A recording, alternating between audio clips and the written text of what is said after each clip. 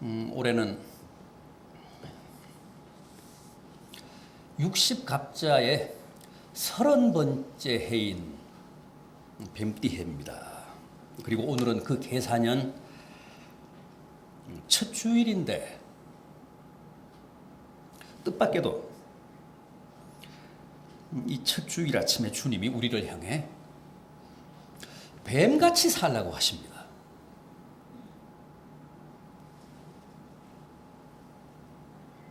우리는 뱀을 가장 무서워하는데, 가장 징그러워하는데,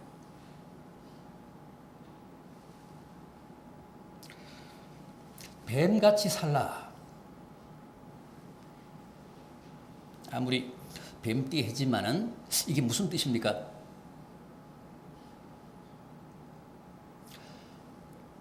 성경에서도 뱀은 사탄이잖아요.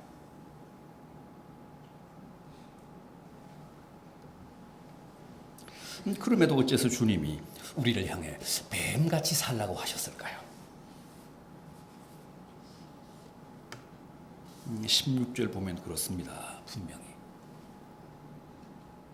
참 지독한 역설입니다. 절대 뱀같이 살아서는 안 될 하나님의 자녀들에게 뱀같이 살라니 무슨 뜻입니까? 뱀처럼 지혜로우라는 겁니다. 뱀의 지혜는 살인적이죠. 뱀의 지혜는 치명적입니다. 하나님이 창조하신 가장 지혜로운 존재인 인간을 타락시켰잖아요.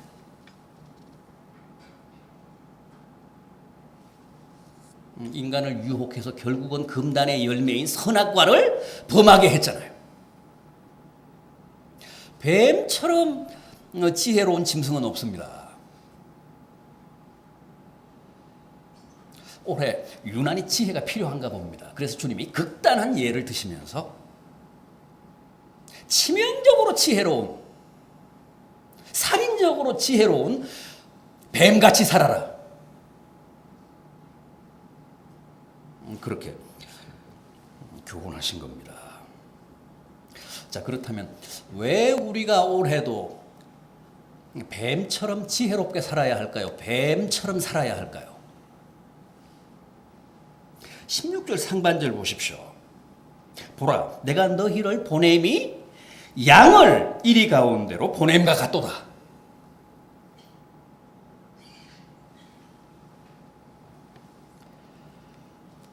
이게 바로 세상을 보시는 주님의 시각입니다.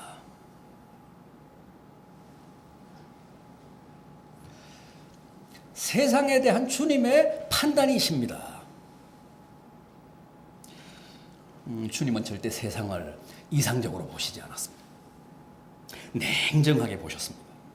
이리들이 우글거리는 것으로 보셨습니다.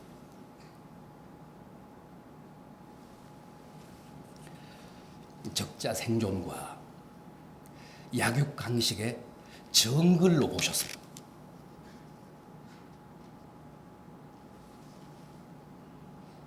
말하자면 우리는 올해도 그런 세상에 나가 살아야 합니다. 그러니 주님의 염려가 얼마나 크시겠습니까? 주님이 얼마나 우려가 되시겠습니까?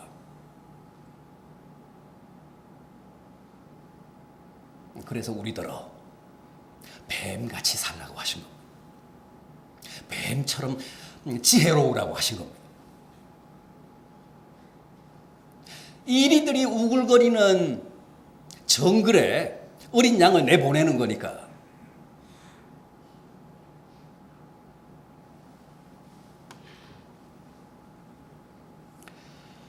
여러분, 이 새해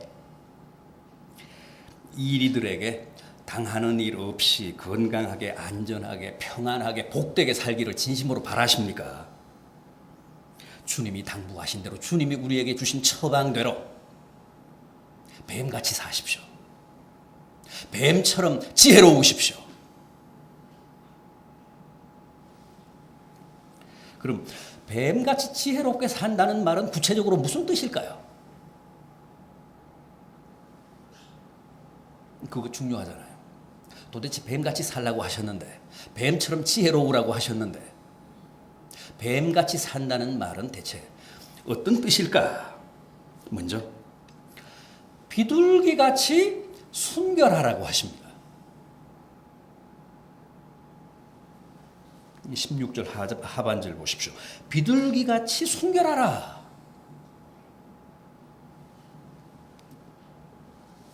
비록 이리들이 득실거리는 위험천만한 세상이지만은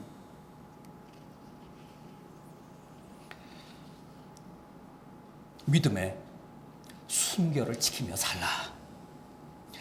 영혼의 정절을 지키며 살라. 하나님의 자녀로서의 정체성, 하나님 자녀로서의 동일성을 잃어버리지 말고 살라.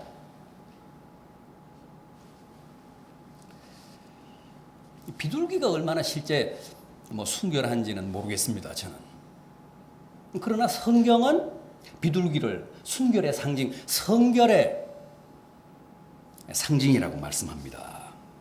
그래서 예수님이 요단강에서 세례를 받으실 때도 하늘이 열리고 하나님의 음성이 들리고 성령이 비둘기 같은 형체로 예수님 위에 강림하셨다고 했습니다. 그래서 성경에서는 비둘기가 순결, 성결의 상징입니다. 성령을 상징합니다. 그래서 지금 주님이 죄악으로 가득 찬 세상에 나가 살망정 비둘기처럼 순결하게 살아라. 영혼의 성결함을 잘 지켜라. 그렇게 말씀하신 겁니다. 그런데 요즘은 비둘기가 아니죠. 뭡니까? 닭둘기. 비둘기는 원래 하늘을 날면서 고고하게 살아야 되잖아요. 그런데 요즘은 땅만 기어다닙니다. 그래서 요즘 못 날아요. 이렇게 닭처럼 비대해졌습니다. 땅에 것만 주워 먹고 사니까. 비둘기가 다 순결을 잃어버렸습니다. 다 타락한 겁니다. 비둘기가 닭둘기가 된 겁니다.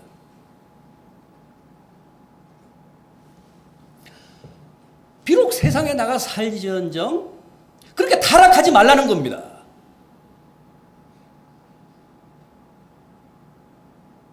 하늘을 쳐다보며 위의 것으로 살라는 거예요. 닭둘기가 되지 말라고 합니다.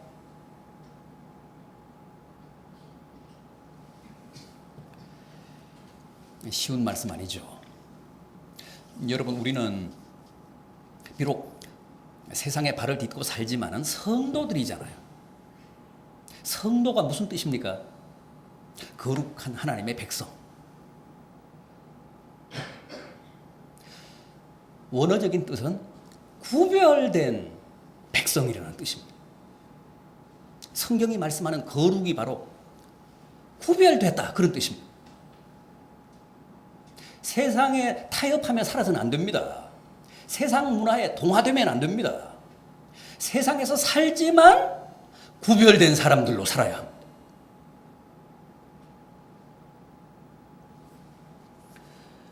요즘은 우리 믿는 사람들도 너무 세속화됐습니다. 지금 그걸 경계하신 겁니다.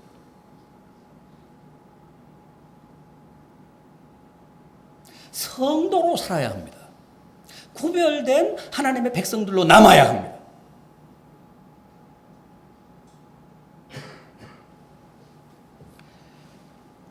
그게 바로 지혜롭게 사는 겁니다. 그게 바로 뱀같이 사는 겁니다.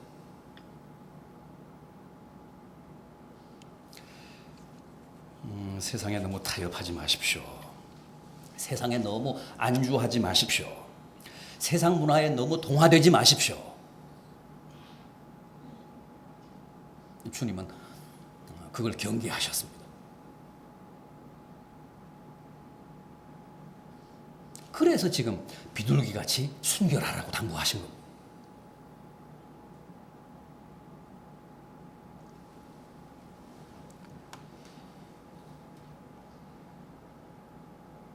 이 뱀띠해에 뱀처럼 지혜로우셔서 무엇보다도 비둘기 같은 순결함을 꼭 지키며 살아가시는 성도들 되시기를 바람하지 않습니다. 다음은요. 또 뭐라고 하셨죠? 사람을 조심하라고 하셨습니다. 17절 보십시오. 사람들을 삼가라. 여기서 사람들을 삼가라는 말씀은 사람을 조심하라, 사람을 경계하라, 사람을 의심하라라는 뜻입니다.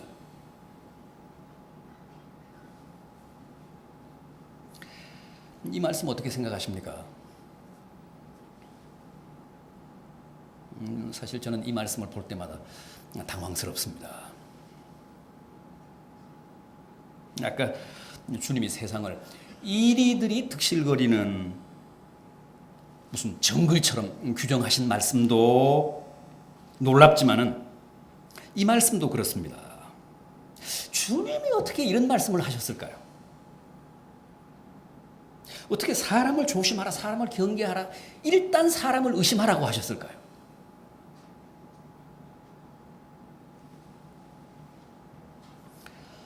정말 무서운 주님의 현실주의입니다. 우리는 보통 주님을 이상주의라고 생각하죠. 그것도 맞습니다. 주님은 이상주의자가 맞습니다. 왜냐하면 공생의 처음부터 끝까지 하나님의 나라를 전하신 분이니까, 하나님의 나라를 가르치신 분이시니까. 주님 같은 이상주의는 없습니다. 그러나 주님은 절대 맹목적인 이상주의가 아니십니다.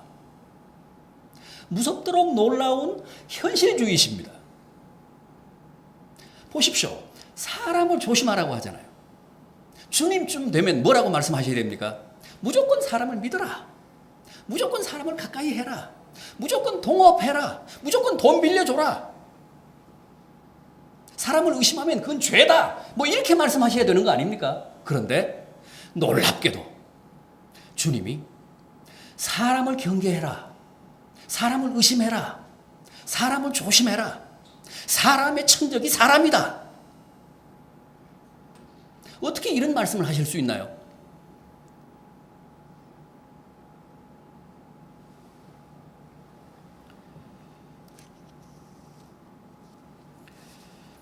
여러분, 주님은 우리에게 사람을 오래 조심하라고 하셨습니다. 우리가 늘 사람한테 당하잖아요.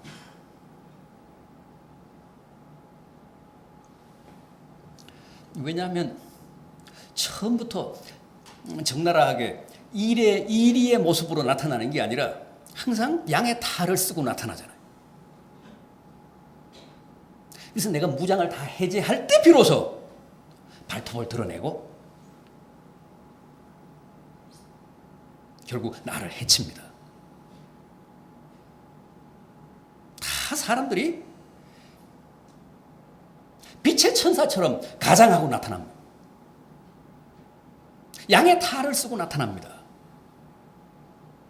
그래서 사람을 삼가야 합니다. 사람을 조심해야 되고 경계해야 되고 의심해야 합니다.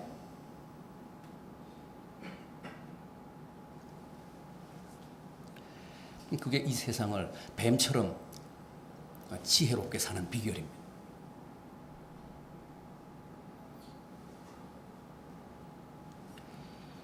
올해는 사람들 많이 조심하십시오. 함부로 사람 믿지 마십시오. 우리가 신뢰하고 우리가 절대 의심하지 않고 믿어야 할 분은 오직 한 분밖에 없습니다. 주님만 의심하지 마시고 믿으십시오. 사람은 절대 믿으시면 안 됩니다. 머리 검은 짐승은 절대 믿으시면 안 됩니다. 의심하셔야 합니다. 경계하셔야 합니다. 조심하셔야 합니다. 언제 양의 탈을 벗고 적나라한 이리의 모습을 드러낼지 아무도 모릅니다.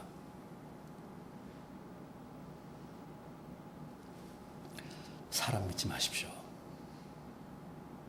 목사도 믿지 마십시오. 목사들 중에 비교적 좀 괜찮다는 목사인 이 조 목사도 믿지 마십시오. 경계하십시오. 감시를 소홀하지 마십시오.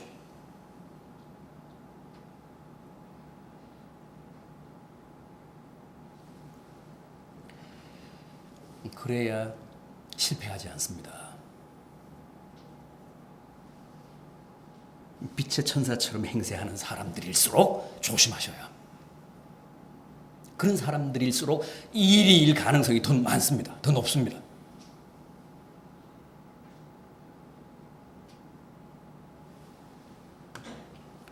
또 있습니다. 두려워 말라고 하셨습니다. 26절 상반절 보십시오. 그런즉 그들을 두려워하지 말라.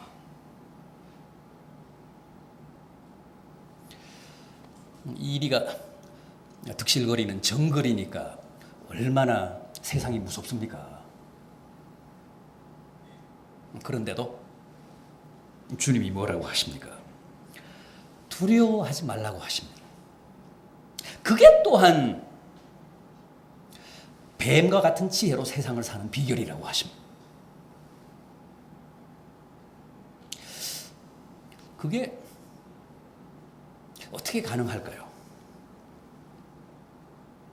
어떻게 교활하고 잔인한 일이 앞에서 두려움 없이 겁 없이 살아갈 수 있을까요?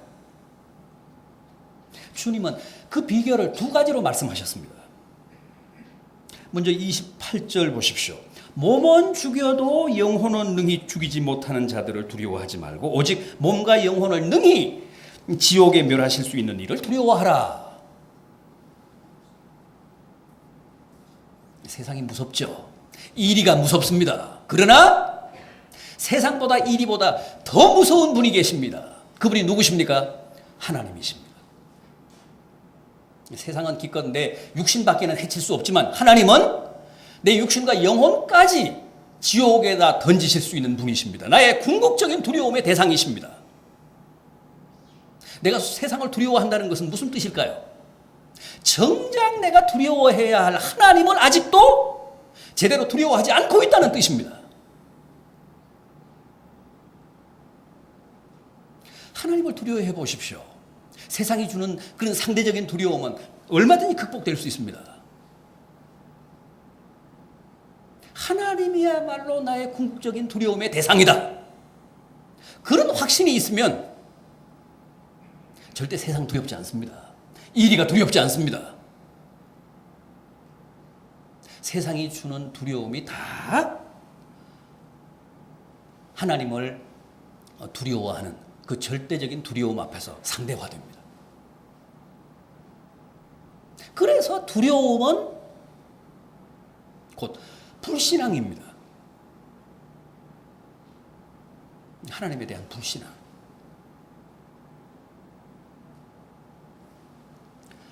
그래서 두려움은 하나님이 주시지 않고 누가 준다고요?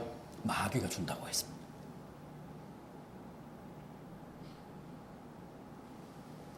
하나님을 두려워하면 세상이 내게 주는 두려움에서 근본적으로 노연할 수 있습니다.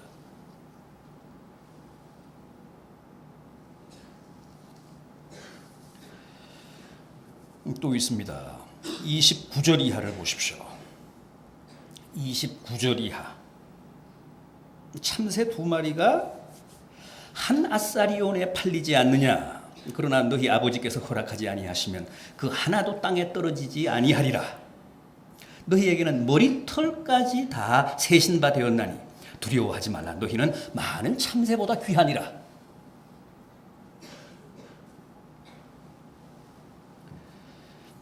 우리가 절대 두려워해서는 안 될 이유, 우리가 결코 두려워할 수 없는 이유 뭐라고요? 미물에 참새 한 마리도, 밤푼에 팔리는 참새 한 마리도 하나님이 허락하시지 않으면 땅에 떨어지지 않는다고 했습니다.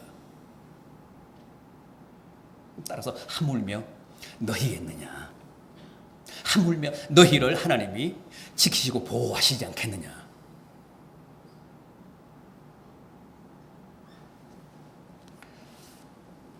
참새에게 하나님은 뭡니까? 참새에게 하나님은 어떤 분입니까? 그냥 하나님입니다.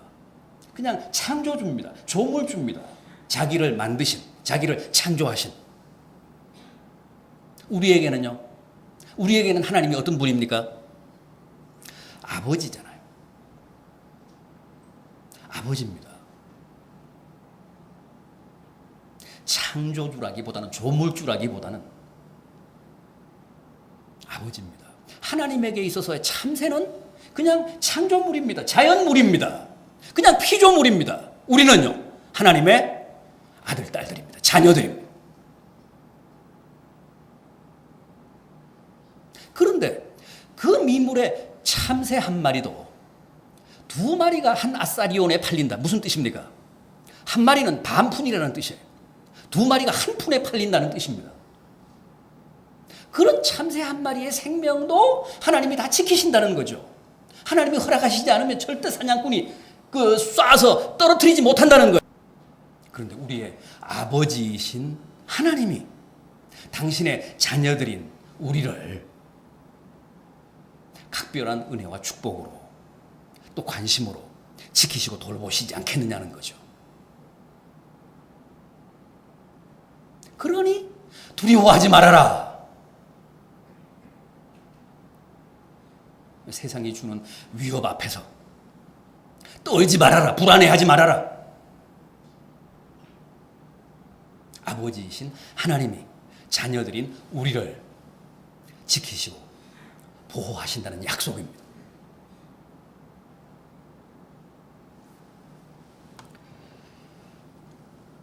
두려워하지 마십시오. 우리의 머리털럭 하나까지도 다 세고 계시는 하나님이 우리의 일거수 일투족을 지키시고 계십니다. 보호하고 계십니다. 걱정 마십시오.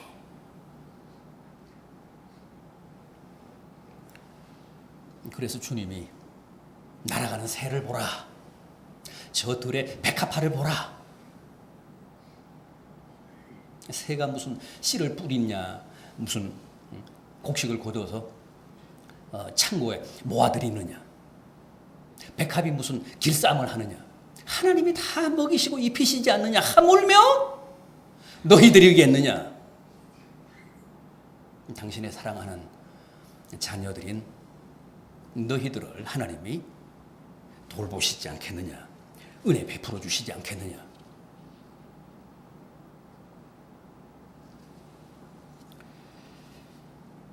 그래서 절대 두려워하지 말라고 하셨습니다. 불안해하지 말라고 하셨습니다. 그게 뱀처럼 지혜롭게 사는 비결입니다.